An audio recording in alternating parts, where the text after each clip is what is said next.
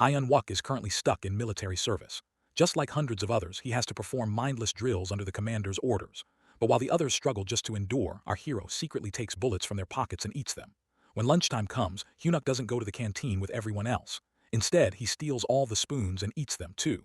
You're probably wondering what's wrong with this guy. The thing is, the more metal he eats, the stronger he becomes. And the more metal he can control with his mind, just like Magneto.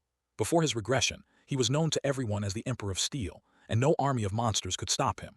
But because of the betrayal of high-ranking Awakeners who sided with evil, our hero was killed.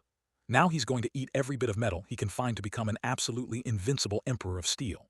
3 days have passed, and Hyun-wook has eaten enough metal to control 1.3 kg of it. He happens to be on night duty. The same night, a monster portal is set to open, so he tells his friend John Mo to stay on post while he grabs his rifle and heads to the portal's location.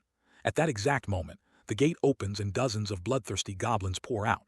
Meanwhile, everyone else is still sleeping soundly in their dorms. One of the goblins stares toward the dorm while another lets out a screech, signaling the hunt to begin. But before they can move, one is suddenly thrown back by the force of Hyun-wook's weapon because he's already standing in front of them. The other goblins freeze, staring at their fallen comrade. Hyun-wook, however, is thrilled beyond words. He's been waiting for this moment for 3 days, but his inner thoughts are interrupted by the sound of a goblin trying to get back on its feet. Manipulating his weapon, Hyun-wook muses that he's always been good with ambushes. Maybe this time it'll be enough to make him level 1. Though he's not thrilled about having to repeat everything all over again, he accepts that this is the life he's been given. As a goblin charges at him, Hyun-wook is more than ready. With a swift flick of his finger, he controls his dagger, slicing clean through the goblin's neck. The hunt has begun. Other goblins prepare to attack him, but Hyun-wook's attention is fixed on the mana core lying on the ground. Knowing the future, he wastes no time. He pulls the core toward himself and swallows it. The goblins freeze, completely baffled by what they've just witnessed. Hyun-wook looks at them with annoyance, mocking them for how badly their mana stinks. In truth, he can consume steel, and since manners are made from manastal, he needs them to grow stronger. At that moment, his system congratulates him for consuming mana steel. Once the absorption process is complete, his mana will increase. He grins at the screen because it means he really can become stronger and fast. Consuming all these goblins might just make his life a lot easier. He then pulls his bayonet out from the tree, ready to feast on the goblins. A little while ago, when Hyun-wook is with Junmo, they suddenly hear shouting in the distance. Before Juno can react, Hyun quickly hushes him, lying that he senses metal movement nearby. Junmo stares at him in disbelief. As far as he knows, Hyun-wook can only detect metal that are nearby, but he trusts his superior's words anyway, assuming maybe Hyun-wook is sensing a type of metal he can't see. He suggests they report it to the base, but Hyun-wook immediately shoots that down, saying no one at the branch base would believe him if he claimed he could sense an unknown F-rank player moving around at night just by detecting their metal weapon. Junmo is left thoroughly confused about what they're supposed to do next. Hyun-wook, with a calm and convincing tone, tells him that he'll check it out himself. Meanwhile, he makes Junmo promise not to leave his post under any circumstances and not to report anything either. After fooling his loyal subordinate, Hyun-wook makes his way toward the gate where he spots a swarm of goblins. He lied to Junmo because if the military finds out, even if he hunts the goblins himself, their monocores will still belong to the army. Without wasting another second, he prepares to attack more goblins and he succeeds in taking several down. His focus is on targeting their feet, aiming to make them stumble. Meanwhile, the boss monster watches from the branch of a tree, gritting his teeth as he sees his subordinates fall one after another. This is all part of Hyun-wook's plan, and he's quite pleased to hear the goblins screaming in pain. One of them tries to attack him from behind, but Hyun-wook quickly grabs a fallen goblin's blade and starts slashing through his enemies with the efficiency of a chef chopping up chicken. Hyun-wook once died in his past life because of a sneak attack from behind. Since then, he's hated cowardly moves like that. So without hesitation, he finishes the goblin off. He glares at the rest of them and threatens darkly that if anyone tries to attack him from behind again, he'll eat them alive. They visibly shiver at the threat. Seeing their fear, Hyun-wook knows it's time to begin the final stage of the game, which is finding the boss monster. He stays alert, glancing in every direction to spot the goblin shaman. But when he doesn't see any sign of him, he decides to bait him out. To do this, he loudly announces that he's found a valuable item and intentionally leaves himself open while pretending to collect it. He knows the goblin shaman isn't as dumb as his minions and keeps doing his act while leaving himself open. He's certain the shaman will take this as an opportunity to strike. Impatient, Hyun-wook waits for the shaman to reveal himself. At the same moment, the goblin shaman, having the exact same intention, begins casting his magic. The moment Hyun-wook picks up the stone from the ground, the earth beneath him suddenly erupts. Meanwhile, inside the surveillance room, one of the soldiers quickly rouses the platoon leader, reporting that he heard the ground rumbling. The leader, clearly irritated at being disturbed, threatens to kill him if it turns out to be nothing. Back with Hyun-wook and the goblins, the eruption causes several goblins to be injured, while the rest scatter in fear. The goblin shaman, on the other hand, looks cocky, pleased with the results of his magic, but his handiwork ends up doing the opposite because it reveals his location to Hyun-wook. The shaman is stunned when Hyun-wook suddenly shouts out his position.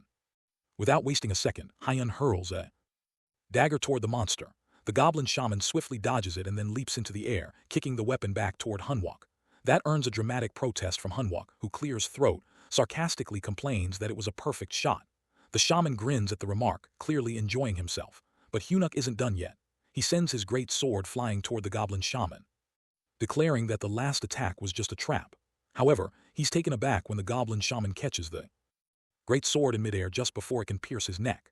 In that moment, Hyun-wook silently admits to himself that he truly was a failure in his past life, because this same shaman had managed to catch his weapon just as easily. The goblin's hand is injured from catching the sword, which prompts a mock comment from Hyun-wook. He scoffs that someone who sends a bunch of goblins shouldn't complain about getting a little scratch. Then he boldly declares that he's going to finish them all off in one go. But in truth, Hyun-wook is bluffing as he doesn't have a solid plan yet, and the goblins seem even more enthusiastic now that their boss is holding his own in the fight. To make matters worse, he gets a notification. He's already used 40% of his mana. The system warns him to manage it carefully. Left with no choice, he disengages the safety on his gun, fully prepared to confront the goblin shaman. No matter how much damage he takes, he's determined to kill the shaman and consume its mana stone before returning to the guard house. Meanwhile, the goblin shaman grins like a menace. Just then, Hyun-wook hears Junmo calling out to him, pulling his attention for a split second. One clever goblin, instead of rushing at Hyun-wook, darts toward Juno, who has no idea what's happening. Seeing this, Hyun-wook grits his teeth. The goblin is just about to attack Juno when Hyun-wook shouts at him to get down. As Junmo ducks, Hyun-wook flings his great sword at the goblin. It dodges the blade, but the next second Hyun-wook steps forward, swiftly aims his gun into the goblin's mouth and pulls the trigger. Another goblin leaps through the air, aiming straight for him. Hyun-wook fires again but misses. That's when he realizes that these goblins aren't just savage, they're also smart. At the same moment, a voice crackles through Hyun-wook's walkie-talkie, asking about the sound of gunfire and requesting a report from anyone who knows what's happening. Hearing this, Hyun-wook quickly responds, reporting their location and confirming that a gate has opened in their area. He identifies the creatures as goblins, likely the remnants of the first wave who had previously left the area. When it comes to reporting casualties, he glances at Junmo, who is visibly shaken but unharmed, and calmly states that there are no casualties. After receiving his report, his superior from Command Center orders all soldiers at the guard house to remain on standby and defend their positions. At that moment, Hyun-wook immediately realizes something. Lieutenant Seo Yoon-ha will be arriving soon. Seo Yoon-ha, the leader of the AMT Paladins, is already preparing to deal with the gate now that she's aware of it. But Hyun-wook has a very different concern. He knows that if she arrives, she'll be able to clear the gate on her own, and every item obtained, including a legendary grade 1, will legally belong to the military. That item is adamantium, which is the same metal that once made him the Steel Emperor in his past life. If he misses this chance to get his hands on it, he won't have another opportunity to find adamantium for 4 more years. Remembering the final moments of his previous life, he grits his teeth. No matter what happens, he's going to get to it first. For this purpose, Hyun-wook understands that the monsters must be dealt with before the AMT Paladins or standby forces arrive. Typically, luring goblins requires a human presence to draw them in. Though Juno raises a question, Hyun-wook doesn't respond. His mind is occupied, analyzing the likely paths goblins might take next. In search of prey, the city center crosses his thoughts as a potential destination, but he quickly dismisses it. A place that densely populated wouldn't suit a goblin pack as it's too risky, too exposed for them. Then a report from the 6th post provides an answer. Goblins have begun appearing there. Hyun-wook doesn't hesitate to acknowledge the call, intending to assist, only to be met with resistance. Orders demand every squad remain at their designated post, and from the tone of the reply, it's clear that F-rank soldiers like them aren't expected to accomplish much. The implication carries a mix of disbelief and mockery. Junmo, clearly unsettled, voices concern. The fear of punishment looms. The possibility of confinement to the guardhouse is real, but Hyun-wook remains unmoved, knowing the 6th post relies heavily on long-range players, which are mages and archers who would struggle against close-range enemies like goblins. A protest from Juno follows, questioning what real impact they could have. Hyun-wook, calm as ever, adds that he will also help him with a quiet glance, serving as both an answer and a decision. The sudden realization leaves Juno stunned, caught off guard. Meanwhile, the 6th post requests backup as their corporal is down. They are told to hold their position. The rapid response unit has already been deployed, But until then, they must defend their post with their lives. Echoing their superiors' grim orders, the soldiers resign themselves to the idea that they're going to die anyway. Goblins have already surrounded the entire guard house, leaving no escape.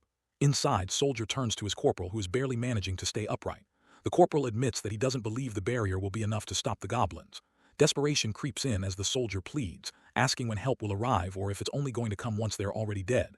He doesn't get to finish the sentence. Suddenly, an eerie silence falls outside. That's when the goblins step back, allowing their boss to take charge. With a twisted command, he manipulates the surrounding rocks and hurls them at the guardhouse. The impact is immediate. The roof begins to crumble. Dust fills the air and panic spreads among the soldiers. They know exactly what's coming next. The goblin boss has arrived and he intends to destroy the guardhouse completely. After that, the survivors will be dragged to the altar where the goblin minions will gleefully rip out their hearts while they're still alive. Understanding the full horror of their situation, the corporal reaches a breaking point. With his hand trembling over his own weapon, he prepares to end his life himself while believing it to be less painful than what awaits them. His subordinate breaks down in tears at the sight. Outside, the goblin shaman watches silently, ready to end the game. Suddenly, a voice echoes inside the crumbling guard house. Eunuch is here, ready to assist. Calmly, he instructs them to aim at the light. One of them, Park, an archer, is told to prepare and wait for Hywuk's signal. Eunuch repeatedly emphasizes that the fire skill must be activated only when he gives the cue. Left with no real choice, Park readies his bow gun, treating Hywuk's instructions as a desperate last resort. He knows it usually takes a whole unit of archers to handle a goblin wave like this. He has no idea what's about to happen, and in the thick darkness, he can barely see well enough to make an accurate shot. At that moment, Eunuch calmly responds that aiming is all Park needs to worry about, as he himself will handle the trigger. True to his words, Hywuk takes control of the shot, baffling Park completely. The fire arrow releases from the bow and strikes a goblin that Hywuk has already pinned down. The very next moment, the arrow explodes within the goblin's body. With this calculated stunt, Hywuk uses only 1% of his mana, and the efficiency of it brings a flicker of satisfaction as he's found a way to utilize an archer's destructive potential without draining his own energy. Inside the guardhouse, Park is stunned to see his aim hit the target dead on. Watching this unfold, the goblin shaman retaliates with a wave of rocks, launching them toward Hywuk, but Hywuk narrowly dodges the attack at the last moment. Unfazed, he calmly instructs Park once again to reload and aim for the light. One after another, goblins fall, roasted by precise firepower. Each kill witnessed by the goblin shaman, who now watches grimly as his forces are turned into cinders. Meanwhile, Park Juno is assigned the task of locating the boss monster, and he finds himself wondering how he's supposed to do it. Even if he does manage to find the goblin, it would be a suicidal mission before he can even send a signal. Doubts creep in because Hywuk's intentions seem off. It almost feels like he's planning to clear the gate entirely on his own rather than merely distracting the enemy, as he had claimed earlier. His thoughts are abruptly interrupted when a goblin lunges at him. But before it can strike, a dagger flies in by Hywuk's, which pierces the creature, disabling it. However, that wasn't even the main target. A fire arrow triggered by Hywuk strikes the goblin's back the next moment and it bursts into flames. Hywuk then signals Juno to position the rifle, and Juno complies without hesitation. In that brief moment, he can't help but question whether this is truly the same Lee Hywuk they've always known. Meanwhile, Hywuk patiently waits. By now, the goblin shaman should have seen enough as his minions reduce to ashes. That should be enough provocation for him to reveal himself. At that moment, the system sends a warning about the heavy mana consumption. He's down to just 12%. Seeing that number, his frustration flares. His mana reserves are nearly depleted and his subordinates are still in danger. He grits his teeth, especially enraged at the goblin shaman who continues to hide. Right then, a cry for help echoes through the chaos. It's Juno Unk's voice. His head is caught in the grip of the goblin shaman. Hywuk prepares to attack the boss monster, but the creature cleverly uses Juno as a shield. Frustration tightens in his chest as he grits his teeth, appearing to surrender by throwing down his weapon. But behind the act, his mind is working fast. Surrounding him, the goblins begin to close in. Still, Hywuk looks at Junmo with a wide grin and loudly proclaims that Junmo is the reason he'll win this fight. At that very moment, he pulls the trigger, firing Juno's rifle, which had already been positioned toward the goblin shaman. Under Hywuk Unk's prior instructions, the unexpected shot stuns the goblin boss, forcing it to release Junmo. Hywuk immediately shouts Juno's name, needing to confirm he's unharmed. Once Juno assures him that he's safe, Hywuk knows the real fight begins now. He launches his dagger at the goblin shaman, but when the weapon fails to pierce its back, realization hits that it's wearing leather armor there. His mana reserve drops to just 9%. Ignoring the system's warning, he begins to analyze the strange choice of armor. Why only the back? The answer clicks that this goblin isn't here to fight anymore. It's preparing to escape through the gate. For a brief moment, Hunwook freezes, unsure of what to do, but then he notices the steel necklace hanging around the goblin shaman's neck. Mana is nearly depleted, only 3% remaining. Still, he focuses it all to pull the goblin toward him using the steel necklace. With only 1% of mana left, he hurls his dagger at the goblin shaman as one last desperate strike. Finally, his mana runs out completely. Hunwook stands there breathless and huffing, his body clearly out of shape after being reborn into a form that desperately needs training. Just then, he spots a holy light in the distance, which is a clear signal that Seo Yunha is arriving soon. With growing urgency, he begins searching the goblin boss's corpse, determined to retrieve its mana core before reinforcements arrive. As he pulls the core from the body, voices ring out as soldiers announcing they found the gate. In the very next moment, he finds himself at gunpoint, surrounded by senior soldiers demanding his identification. Left with no choice, he quickly swallows the core and turns to face them, introducing himself as calmly as he can. Upon seeing him, the soldiers immediately call for a stretcher, assuming he must be injured. Suna arrives just in time to witness the scene. She sees the open gate and knows that if it's still active, some goblins must still be lurking. What truly stuns her, however, is the fallen boss monster defeated by ordinary 4 soldiers. She pauses, taking note of the injuries on the goblin bodies. Each wound follows a consistent pattern, too precise and uniform to be from multiple sources. The conclusion is simple. This was the work of one person. Meanwhile, Hunwook receives a notification that he has successfully consumed the adamantium core. However, his system cautions that absorption will take time since his body is already processing other metal. Still, the news is satisfying. This metal grants him a new magic skill akin to enchantment, and over time, he'll be able to manipulate even heavier materials. As Yuna scans the scene, she notices Hunwook laughing to himself, which is an odd reaction given the chaos. His amusement only grows when his screen notifies him of yet another ability, the capacity to detect all metal within his sensory range. At the same time, Yunha is informed that 2 goblins are still roaming near the 6th post. But Hunwook pays little attention to the commotion. For him, this is a moment of quiet triumph. Surrounded by metal signatures, he can now feel with absolute clarity. He knows one thing for certain, that the Great Steel Emperor has truly returned. A few days pass since the Goblin Gate incident, and rumors begin to swirl across the base. Whispers of an F-rank player defeating goblins single-handedly echo through the halls like wildfire. At the 3rd Brigade 1st Battalion Station, 2 female soldiers chat about the event with a mixture of fascination and skepticism. One, clearly swept up in the drama, excitedly recounts her version of the story that how ordinary soldiers, cornered and awaiting death, are miraculously saved by an F-rank player who slices through goblins with ease. Her companion, however, remains doubtful. The whole tale sounds like a campfire fantasy. Meanwhile, word of the incident reaches soldiers like Oh Sanguk, who scoffs at the rumor, clearly unimpressed. He has no patience for what he considers fairy tale-ese. Nearby, his subordinate Park, the archer who witnessed it all, insists the story is true. He even offers to vouch for it personally. Just then, Wanuk enters the scene, putting on an air of casual friendliness. But before Park can say much, Wanuk cuts in, subtly flexing authority by reminding Park that he once dared to lower his hand before Sanguk had accepted his salute. Park, shivering slightly under the pressure, denies the accusation and quickly salutes Sanguk again, trying not to make things worse. Now Sanguk turns his attention to Wanuk, believed to be the next ace of their term, a soldier known for his raw strength, someone capable of tearing down goblins with his bare hands. With a mocking edge, Sanguk asks whether Wansuk could have taken down a raid gate alongside 3 ordinary soldiers. Wuk answers with a firm and simple no. Oh, Sananguk stubbornly assumes that someone else must have struck the final blow after a goblin got separated from the herd. To him, the idea of an F-rank going rogue like that is dangerous because it threatens the very foundation of military discipline. Wanuk's expression darkens into something cruel.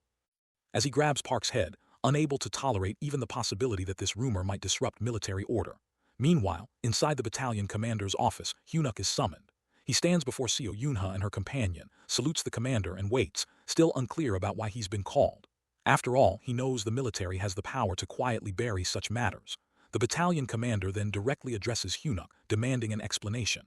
According to the report, Hunwook disobeyed a direct order to remain on standby and forcefully repelled the first wave of monsters without authorization. Hunwook immediately realizes he's in trouble. One wrong word could land him in a full-blown military trial. He carefully considers his response, understanding the weight of every syllable. Eventually, he admits that it's true as he responded immediately to the gate's outbreak. The commander already knows the report, mutters aloud that it's hard to believe. By all logic, an F-rank like him should have ended up as dinner for the goblins, not their executioner. Hunwook can feel the pressure radiating from the battalion commander, But he also knows this is no time to falter, as there is no room to screw this up. So, with practiced subtlety, Hanuk shifts the blame delicately, implying that he felt wronged by the battalion commander himself. This unexpected move draws an immediate protest from Minhai, but the commander raises a hand to silence him and signals Hunuk to continue. Seizing the moment, Hunwook straightens and with respectful enthusiasm in his tone, reminds the commander of a lesson once taught during training. His words echo the battalion commander's own memorable speech, one that emphasized how even the lowest-ranking soldier could succeed if they followed the AMT tactical textbook on facing high-level monsters like trolls. The battalion commander pauses, caught off guard by the memory of his own words. Hunwook reiterates the line, emphasizing that if they are trained to face trolls, then defeating a goblin should be far from impossible for someone like him. He acknowledges that, yes, he acted against the command sense orders, but he did so to save the lives of the soldiers stationed at the 6th post. Internally, he feels a flicker of satisfaction. He's given a logical, well-structured answer, but he knows logic alone won't carry him through. Now is the time to press the emotional button that will truly move the commander. He recalls how the battalion commander once preached that a true soldier isn't defined by rank, but by the will to prepare for the worst and give everything in the fight. Continuing with measured conviction, Hunwook says he merely did what a true soldier should under the commander's guidance. He speaks with genuine reverence, stressing that everything he did while putting his life on the line, defying orders, applying tactics, came from the training he received under that very leadership. Then he adds the final twist of the knife calmly, respectfully, but sharply. He says he endured the bullying, the ridicule of being an F-rank because he held on to the mindset drilled into them. But now seeing the battalion commander, the very man who instilled that belief, deny his actions and question his place, it feels as if his entire existence in the military is being denied. From his past life, Hunuk knows this man's history. When the gates first opened and chaos began, the commander, then second lieutenant, nearly died fighting orcs. But instead of retiring, he returned stronger, eventually helping to build the AMT from the ground up. Hunwook knows he struck a nerve by invoking the commander's own words and legacy. He bets everything on it and the gamble pays off. The battalion commander's stern expression falters. He steps forward, clasps Hunuk Unk's shoulder firmly, and in front of everyone declares that from this moment on, Hunuk is officially promoted to a non-commissioned officer. To top it all off, just as the moment hits its peak, Hunuk's system notifies him the absorption process is complete and a new skill has awakened steel physique. With this ability, he can now reinforce any part of his body, turning flesh into a metal. Even more promising, the system reveals that he can further enhance this skill by consuming high-hardness magical metals, potentially boosting it to dank and beyond. While the others around him remain stunned at the battalion commander's announcement, Hunuk himself stands frozen, unsure whether he's heard correctly. Sometime later, Hunuk is back in the training room of the 3rd Brigade 1st Battalion Station. His expression is far from proud. In fact, he looks downright frustrated. Being appointed a non-commissioned officer wasn't part of the plan because he had no intention of sticking around in the military longer than necessary. All he wanted was to avoid the guardhouse, not climb the chain of command. From the shadows of the room, Sanguk and Wanuk watch him with quiet malice, their eyes sharp with resentment. Hunwook recalls how Minhai had immediately protested his promotion. Military history had never seen an F-rank reach the status of non-commissioned officer. It was unprecedented and some weren't ready to accept it. Seizing the moment, he had politely requested time to think about it, pretending to be modest and uncertain. In truth, his mind was already made up. From now on, Hunwook resolves to keep a low profile. No more attracting attention, no more heroics in the spotlight. His thoughts are interrupted by Wanuk, who casually asks if his bench is empty. Hunwook replies with a firm no. Sensing the provocation, he questions Wanuk's purpose for being there. But instead of answering directly, Wanuk easily lifts the weights and comments with a mocking grin, how it's surprising that someone as famous as Hunwook is lifting such a pitiful amount, something that would clearly embarrass their entire unit. With that, all eyes shift to them. Hunwook glances at Asanguk and knows instantly that if he lets this slide, Asanguk will only escalate things just like in his past life. Besides, he's already decided to keep a low profile but not at the cost of becoming an easy target. Left with no choice, he turns to Wanuk, fire burning in his eyes, and challenges him to a spar. Not long after, word spreads like wildfire that Wanuk, the next-term ace, is about to face off against Hunuk. Soldiers gather around the ring, excitement buzzing in the air. Both step up, boxing gloves on, ready for a showdown. Wanuk's grin says it all that. He's more than eager to teach Hunuk the lesson of a lifetime. The match kicks off instantly as Wanuk lunges toward Hunwook with raw aggression. At the same moment, outside the fighting arena, Warrant Officer Cheon is visibly annoyed after hearing that Sergeant Choi Yang-jun has gone on vacation. He came all this way just to meet him, especially after hearing rumors that Choi holds the potential to become a sword saint. Seeing his superior's frustration, Kaon's subordinate tries to salvage the situation, reminding him that the visit need not be a waste. After all, the next term ace with the barbarian trait, Wanuk is present and fighting today. The suggestion catches Kaon's attention, making him pause to consider it. His subordinate doubles down, emphasizing that evaluating Wanuk could be worthwhile. Better to leave with something than go home empty-handed. Meanwhile, back in the ring, Hunuk swiftly avoids Wanuk's furious punches. He remains defensive, weaving and ducking with sharp reflexes, but then one heavy blow lands squarely, sending him crashing into the wall behind him. Wanuk seizes the opportunity, rushing in to deliver another strike, but Hunwook rolls across the floor in a clean dodge, rising swiftly to his feet.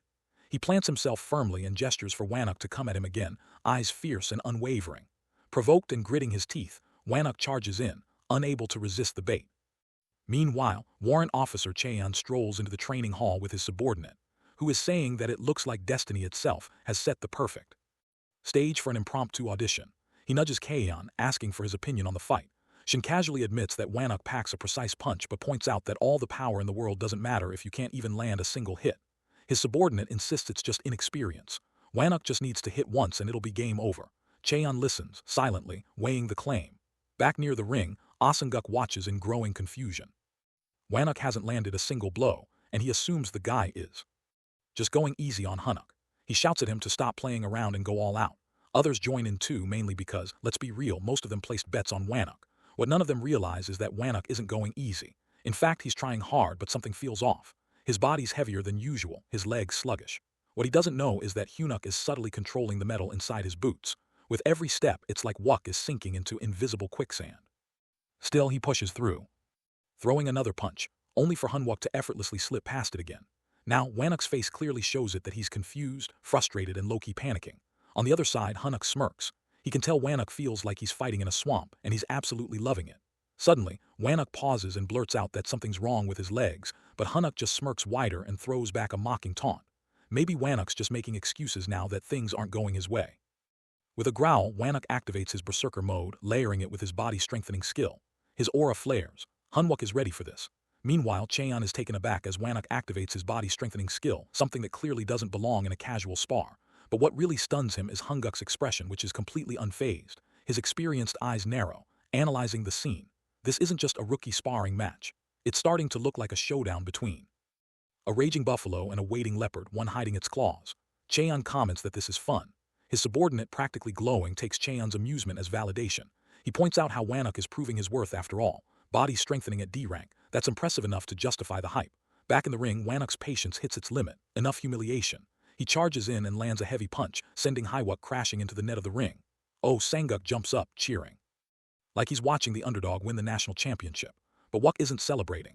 His fist throbs painfully, and he realizes something's very wrong. It feels like he just punched a steel wall with his bare hands because he basically did. Hunwook had activated his strengthening body transformation at the last moment as his arms now hardened like steel and Wanuk true to form charges like a bull. But Hunwook dances out of range again, effortlessly dodging. Then with his feet steeled, he lands a brutal kick to Wanuk's shin. Truth be told, Hunwook hates wasting his valuable skills on someone like this. But if beating down this trash soldier helps shut down the bullying, then maybe it's worth it.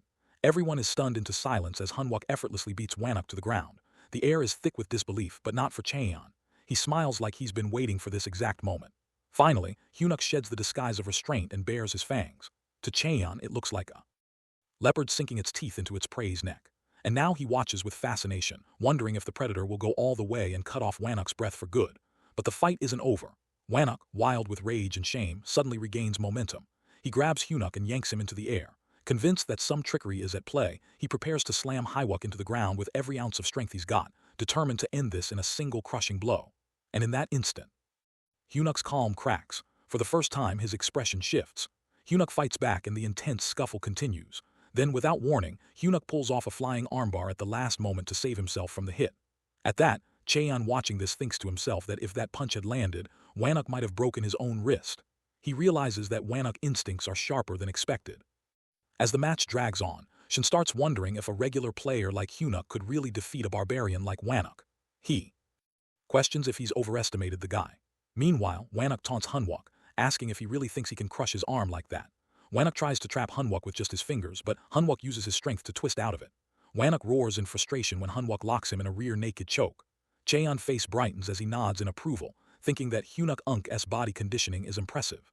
Even without using any special skill, he's compressing Wanuk's carotid artery. Meanwhile, Hunwook clings to Wanuk from behind, holding the choke. Wanuk yells, claiming he just needs to use brute force to throw him off. He activates a D-rank skill which is strengthening body transformation, but it's no use. He still can't break free. A warning flashes before him that he's using the transformation skill in a range beyond his current choke hold. Hyunuk doesn't ease up. He keeps applying pressure. Another warning appears that too much force could damage Wanuk's own body.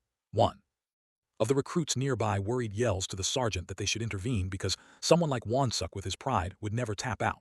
Hunwook, straining with all his power, thinks this much should be enough to warn Sanguk. On the other hand, Wanuk panics inside. He can't believe he might actually lose to someone like Hunwook. The thought of being humiliated in front of everyone as he is the supposed future ace rattles him. Suddenly, an energy surge flows through him. Hunwook senses it, surprised. As Wanuk's muscles swell and his shirt rips apart. With a scream, Wanuk bursts forth with full strength, but Hunwook doesn't let go, and Kaon watching is shocked. Wanuk is using the same D-rank transformation twice in one match. Still, if he doesn't escape this choke, it won't matter. The question hangs in the air that who's the real predator here. Hunwook tightens his grip even more, and Wanuk's eyes bulge, and then he collapses, unconscious. The soldiers stare, stunned.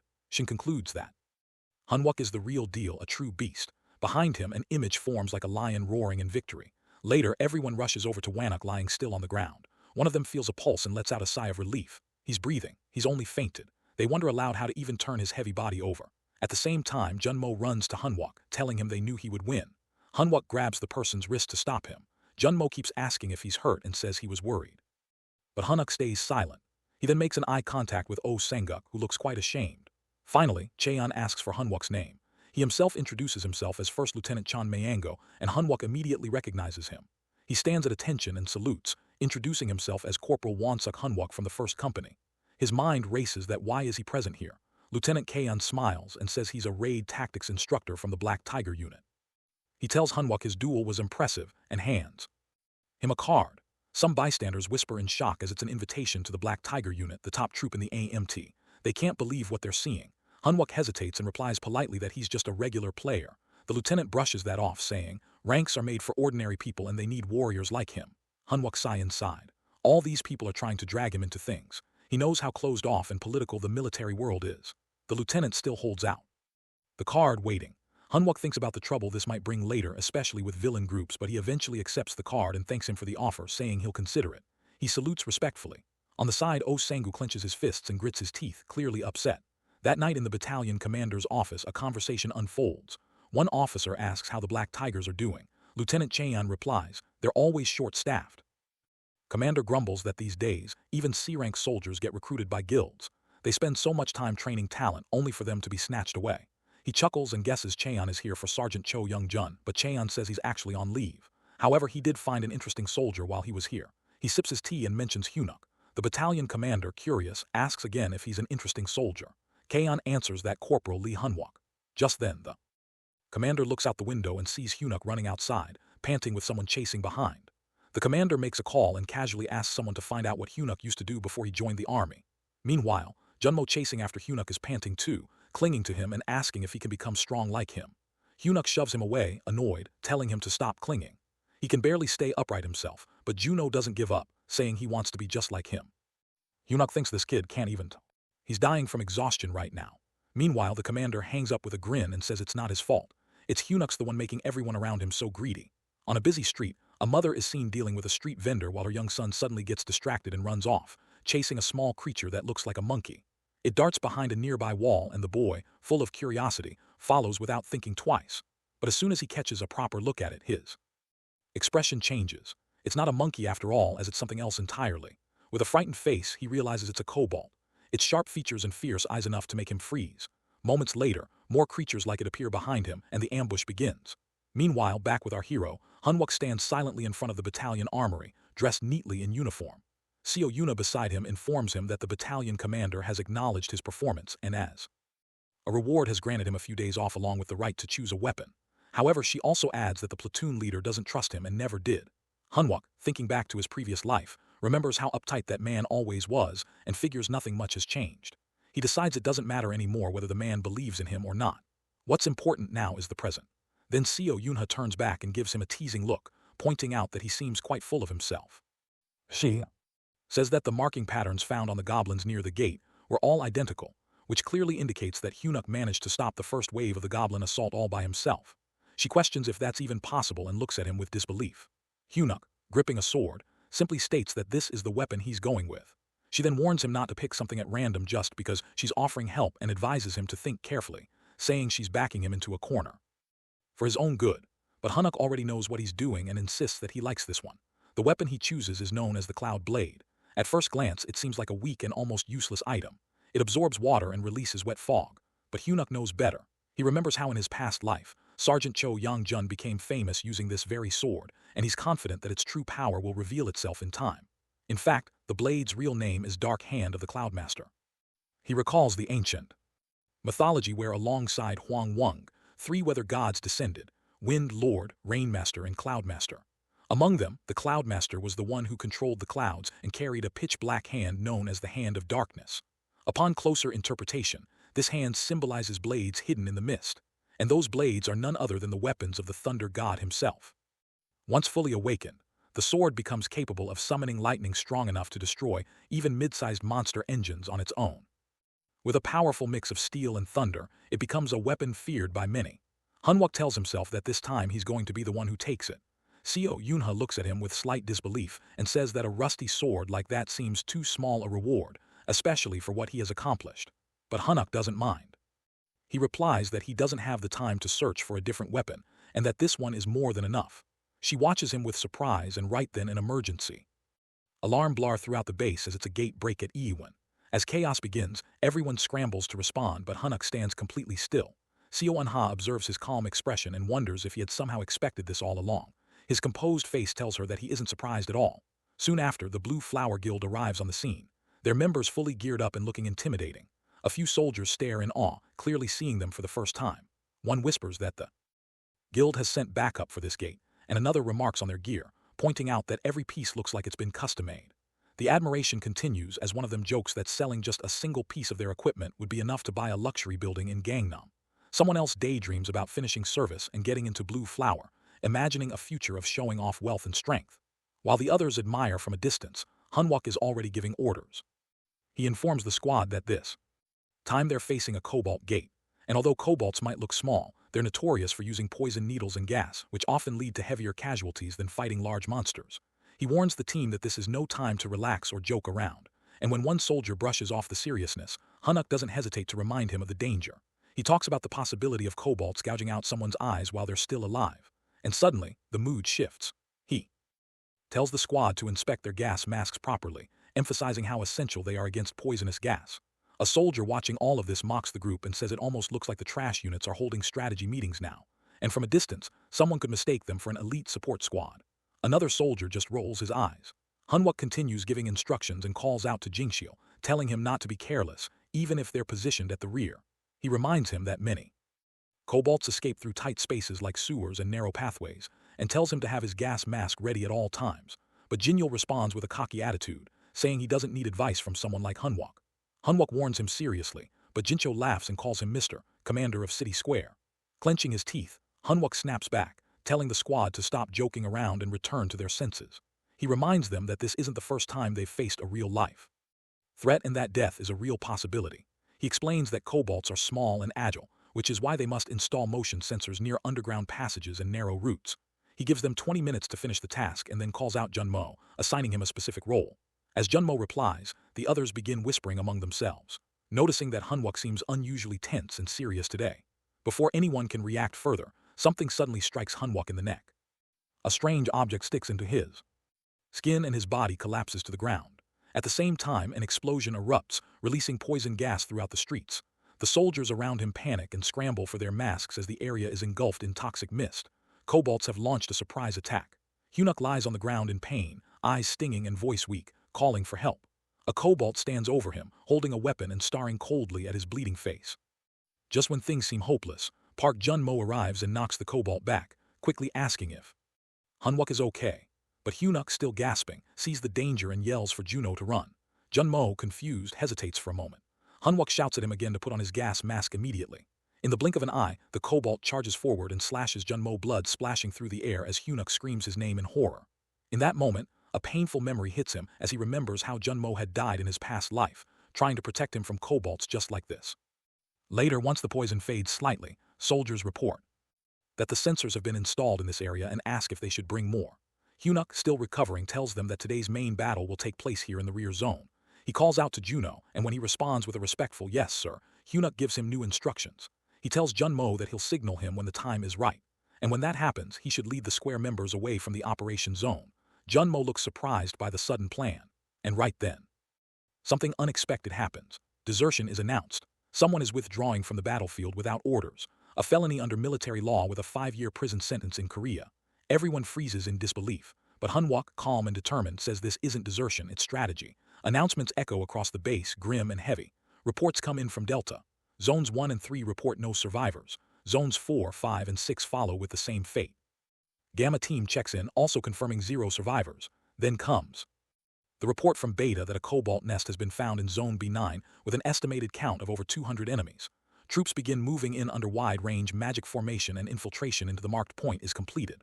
Once the formation stabilizes, the attack squad prepares to activate the magic circle and stand by. Kobolds, dozens of them, begin surrounding the area, watching with piercing eyes. Hunuk holds his position and orders everyone to stay ready. Suddenly, one of the kobolds leaps onto the magic circle, slashing at it with its weapon. Instantly, the soldiers open fire as commanded and the flames erupt from the circle, hurling the kobolds backward with violent force. Without wasting time, another order goes out to stick motion sensors all the way to the back of the drains. The team scatters and follows the command quickly. In Zone 2, the sensors are in place. In Zone 5, Hunwook finishes attaching the last one. As he marks the spot with aluminum tape, someone walks up behind him and questions what he's doing. Hunwook salutes and replies that he's following the manual, placing sensors and marking elemental points. But the man scoffs, calling the entire effort a waste of time. He mocks Hunuk for taking a cobalt gate so seriously, especially when the elite Blue Flower Guild is already on site. This man is Lieutenant Lee Minwi, a mid-class wizard, and his tone is drenched in arrogance. He orders that the first platoon will begin operations in 20 minutes and tells the support squad to get into detox formation, acting as if their role is insignificant, but Hunwook calmly responds that their assigned mission, as per the vice platoon commander, is to block any monsters that might escape towards civilian areas from the rear. Some soldiers nearby glance over, whispering that the platoon leader is acting up again, but they're more surprised that Private Lee is actually standing his ground. Lieutenant Minwi, clearly irritated, clenches his teeth and retorts bitterly that Hunwook seems to have forgotten his place just because the battalion commander has shown him a little favor. He mocks him for being the only one in the barracks with real battle experience, then jabs a finger toward him, claiming he only has one battle under his belt anyway. Hunwook's face tightens with anger, and it's obvious that Minwi's words have hit a nerve. Just then, Sergeant Choa, a middle-class caster, steps in. She notices the tension and casually asks if something is wrong. Minwi stammers for a moment, clearly caught off guard. Hunwook smirks inwardly, knowing this was exactly why he provoked Minwi in the first place. Sergeant Siana is his weakness, and her presence disrupts Minwi's authority. Minwi tries to play it off, pretending he was only trying to guide the support squad through the site and teach them about real combat situations. He laughs it off and then turns to ask Sean why she's here. She replies that the battalion commander has requested Haeunguk's presence. That gets Haiwook Unk's attention. He wonders if it's really him who sent the call. Meanwhile, from a nearby building, members of the support squad are quietly observing the entire exchange through a telescope. Their eyes are focused on Hunuk and the platoon leader watching things unfold. Sanha, noticing Hunwook's frustration, softly tells him not to let Minwa's behavior get to him. He nods, saying he still has more work to do. She offers to finish setting up the rest of the sensors so they can move quickly. Hunwook grows more anxious by the second. Time is slipping away, and he starts wondering what the battalion commander is really up to. Back on the rooftop, one of the soldiers watching asks if it's even allowed for their attack squad to be deployed in a cobalt raid when they're technically under the battalion commander's direct orders. Seo, Yunha casually, replying that a commander's orders aren't to be questioned. Soldiers are meant to follow them without debate. At the temporary command post, Hunuk finally arrives and announces his presence, stating that he was called for. The battalion commander looks at him with a serious expression, and Hunuk is surprised to find First Lieutenant Changho standing beside him. The commander gets straight to the point.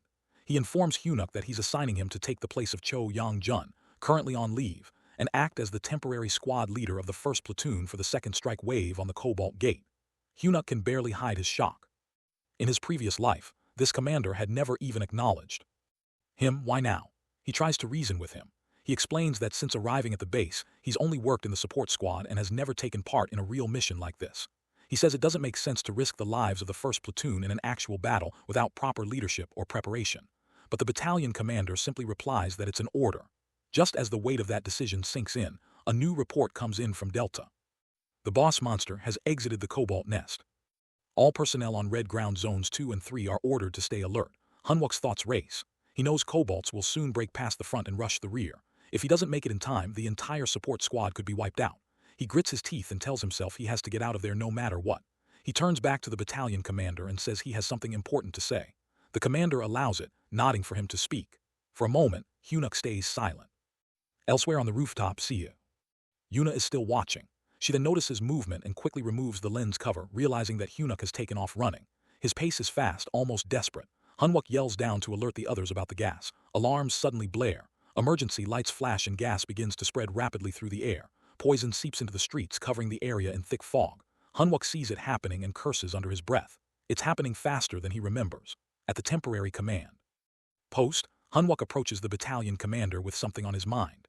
He recalls rumors that during the commander's first mission, every soldier in his platoon had died. That memory alone has always stayed with him. So now it just doesn't sit right with him that someone like the commander once respected is ordering him, a lone corporal from the overlooked city support squad, to risk his life in a combat test. He wonders if the battalion commander, whom he once admired, really sees regular soldiers as disposable pieces on a battlefield. The commander begins to explain that things aren't as they seem, that there's a reason why the attack squad is directly under his command. But before he can finish, Hunwook cuts in with determination burning inside. He makes it clear that if following orders means sacrificing his comrades, then he won't comply. He's even willing to lay down his life for the mission, but not at the cost of innocent soldiers. The silence between them grows thick, and one of the soldiers yells out that disobeying orders during wartime could cost him his life. Hunwook knows that well, and still he can't shake the feeling that if he doesn't go now, the entire rear guard will be wiped out. After a moment, the battalion commander sighs and grants him permission to proceed with the original support mission. Internally, Hunwook is caught off guard. He didn't expect the commander to bend, but the commander reminds him that he still disobeyed orders and there will be consequences. Later, as they move into the danger zone, toxic gas begins to spread everywhere. He immediately covers his face and secures his gas mask, cursing the situation under his breath. He rummages through his military-issued inventory pouch, pulls out his weapon, and activates it with water and oil. It's the Cloud Blade, a sword that absorbs water and emits a misty fog. The blade begins to shimmer, pulling moisture from the air. Visibility drops to nearly zero and panic sets in. He thinks he might be too late, somewhere. Nearby, he hears screams. Private Annie is under attack, crying out for help. Juno, holding his weapon, spots the Cobalt lunging at Anmin and fires just in time, causing the monster to fall back. With blood pouring from his own side, Juno yells for the support squad to get Anmin inside a supply box with emergency barriers. Another soldier drags Anmin's bleeding body, announcing that he's been secured. Meanwhile, the vice platoon leader is frozen, overwhelmed and barely responsive. Junmo tries to snap her out of it, realizing that she's still young, barely in her 20s, and this is her first real mission. He feels powerless, unable to protect the others. Then the grim reality hits him. They're almost out of ammunition and the Cobalts are closing in. Fear settles in, but suddenly something sparks in his mind. He wonders what Corporal Lee Hunuk would do in a situation like this. That thought gives him clarity. As one soldier tries to resuscitate Anmin and calls for help, Junmo pulls out a hammer-like weapon from his pack. Another soldier warns they're completely out of bullets, but Juno doesn't care. He notices the Cobalts seem attracted to shiny objects. That gives him an idea. He decides to act as bait and orders everyone to retreat with the wounded and the vice leader. No one understands him at first, but he insists that it's his order as the acting vice leader. He raises the hammer and recalls Hunuk Unk's words that the Blue Flower Guild is stationed just beyond the red ground. He instructs them to run the moment he signals. With all the Cobalts now staring at him, he dashes off, yelling inside that even though his electric powers are weak, he'll use them to save lives. He runs with all his strength, the Cobalts chasing right behind him. In a dramatic moment, a surge of blue energy surrounds the horde. In an instant, every Cobalt is cut down, their bodies collapsing in a splash of blood. Juno, still running, stumbles right into Hunuk and falls. Hunuk tells him he heard everything. Then with his cloud blade raised high, the spreading mist begins to neutralize the toxic gas. Junmo, catching his breath, is stunned. He admits he was only trying to mimic Hunuk's bravery and got carried away, but Hunuk smiles and tells him he did incredibly well. Juno Mo Unk's eyes begin to fill with tears. As more Cobalts approach in the distance, Hunuk turns to him and expresses genuine pride. He says that Juno Unk's courage has set the stage beautifully. And now, since such a feast has been prepared, it's only right that He goes Allen and devours the enemy with everything he's got. As he lifts his blade toward the sky, an intense energy courses from his fingertips. A sharp wave slices through the air, cutting across the kobolds' throats in a flash. A glowing blue circle forms around him, spinning like a protective barrier while bringing down nearby enemies. Their fallen bodies shimmer with crystal fragments scattered across the ground. He stares at the crystals and with a slight grin, thinks they almost look good enough to eat. Junmo nearby wonders if he's seriously talking about the kobolds, but before he can reflect more, a fierce roar echoes and more of them are charging. Hyunuk braces himself, thinking how unfortunate it is that he can't eat thanks to the mess they're in. Then looking at the advancing group, he casually asks where their boss is. The kobolds grow even more furious. Their foreheads glow red and their eyes narrow in rage. He throws them a challenging look and suddenly, they glance behind them. That's when he realizes something. No way, he thinks. Without wasting another second, he grabs his weapon and starts sprinting. He yells internally that Park Junmo must run and fast. The squad is in serious danger. Meanwhile, on the other side, Yuna is struggling to see through the thick gas. It's impossible to track anything clearly, and at this rate, support won't be able to arrive in time. She orders the attack team to stay in position and shoot anything that tries to break through the gas barrier. The Blue Flower Guild must hold the line to protect civilians. A soldier acknowledges the command and adjusts his aim, asking if she's heading somewhere. She doesn't answer, but in her mind she knows Lai Hyunuk seemed far too prepared, like he'd expected this chaos. There's something she needs to confirm. She puts on her gas mask and leaps from the rooftop. Elsewhere, chaos erupts near the military box. Sayana is crying, begging for help, while the others try desperately to stabilize Private Ante. His pulse is weak and he's barely breathing. A soldier pleads for the vice platoon leader to get a grip. One tries to bind a wound while another performs CPR. But there's a growing concern and something is tearing through the box's barrier. A terrifying energy surrounds it, and the soldiers realize it's not just any kobold. It's their master, casting a powerful spell with all his might. Panic rises as the soldiers feel the box losing its shield. They spot a swarm of kobolds rushing toward them and dread spreads through the group. One soldier whispers, they might really be finished. Just then, a figure breaks through the smoke with a furious shout. It's Hyunuk charging forward, weapon in hand. He shouts internally that this is his squad.